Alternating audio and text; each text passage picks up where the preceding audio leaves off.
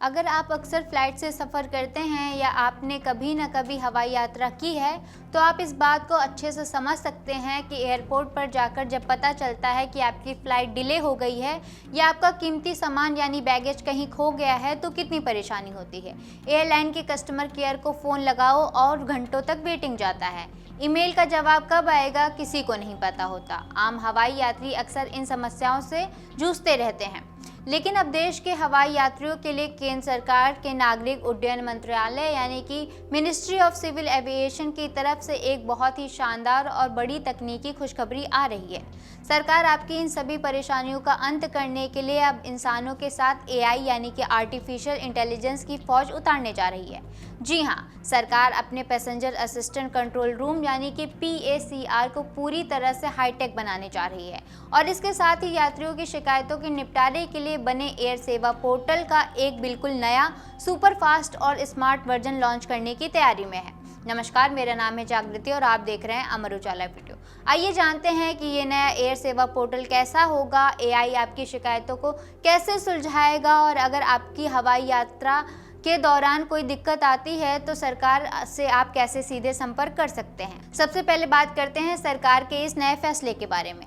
नागरिक उड्डयन मंत्रालय अपने पैसेंजर असिस्टेंट कंट्रोल रूम यानी कि PACR के पूरे कामकाजों को आधुनिक और ऑटोमेटिक बनाने के लिए उसमें एआई को इंटीग्रेट कर रहा है। अब आप सोच रहे होंगे कि इस कंट्रोल रूम में एआई का क्या काम होगा, तो आपको बता दें कि इस पैसेंजर असिस्टेंट कंट्रोल रूम को हर एक दिन में औसतन 300 से 400 शिकायतें मिलती हैं। अब तक इन शिकायतों को अधिकारी खुद पढ़ते थे, फिर तय करते थे कि ये मामला किस एयरलाइन का है, ये किस एयरपोर्ट का है और फिर संबंधित विभाग को भेजते थे। इस पूरी प्रक्रिया में काफ़ी टाइम लग जाता था। लेकिन अब जैसे ही एआई इस सिस्टम में आएगा वह पलक झपकते ही शिकायतों को उनकी कैटेगरी के हिसाब से छांट देगा, जैसे रिफंड का मामला हुआ, बैगेज का मामला हुआ या फ्लाइट डिले का मामला हुआ। इसके बाद एआई बिना किसी देरी के उस शिकायत को सीधे सही विभाग और सही अधिकारी के कंप्यूटर पर ट्रांसफर कर देगा, जिससे शिकायतों के समाधान की रफ्तार कई गुना बढ़ जाएगी। इस बारे में नागरिक उड्डयन सचिव ने एक बड़ा अपडेट देते हुए बताया है कि अगले 90 से 100 दिनों के भीतर एयर सेवा पोर्टल और मोबाइल ऐप का एक नया अपग्रेडेड और बेहद मजबूत वर्जन देश के सामने पेश कर दिया जाएगा, जिसे इस्तेमाल करना बेहद आसान होगा।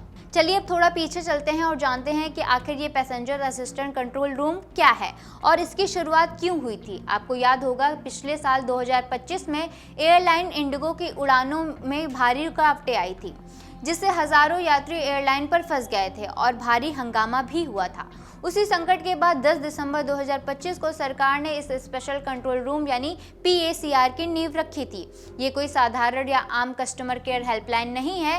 इस प्लेटफॉर्म की सबसे यूनिक बात यह है कि यहाँ देश की सभी बड़ी एयरलाइन, सभी एयरपोर्ट के ऑपरेटर, भारतीय विमानपत्तन प्राधिकरण और एविएशन रेगुलेटर यानी कि DGCA के प्रतिनिधि एक ही छत के नीचे एक साथ मिलकर बैठते हैं। इसका सबसे बड़ा फायदा ये होता है कि आपकी शिकायत आने पर विभागों के बीच फाइलें हफ्तों तक नहीं घूमती, बल्कि ऑन द स्पॉट सभी अधिकारी आपस में बात करके समस्या को तुरंत सुलझा देते हैं। सरकार का ये कंट्रोल रूम केवल कागजों पर काम नहीं कर रहा, बल्कि इसके आंकड़े गवाही भी दे रहे हैं। इसने भारतीय उड्डयन क्षेत्र की तस्वीर बदल दी है। आइए इनके रिकॉर्ड पर भी एक नज़र डालते हैं। 73,000 से ज़्यादा शिकायतें सुलझी महज कुछ ही महीनों के भीतर, यानी कि 10 दिसंबर 2025 से लेकर अब तक इस पैसेंजर कंट्रोल रूम में 73,000 से अधिक यात्रियों की गंभीर शिकायतों का सफलतापूर्वक निपटारा किया गया है। 98% की सफलता दर।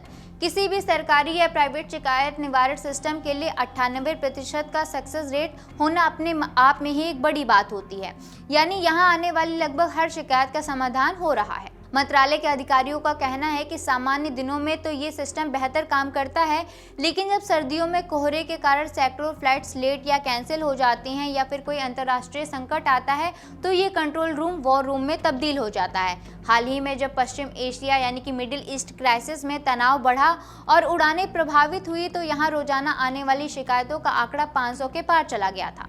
सरकार का मानना है कि ऐसे में आपातकालीन समय में अब एआई इस भारी ट्रैफिक और डेटा को आसानी से संभालने में एक गेम चेंजर साबित होगा।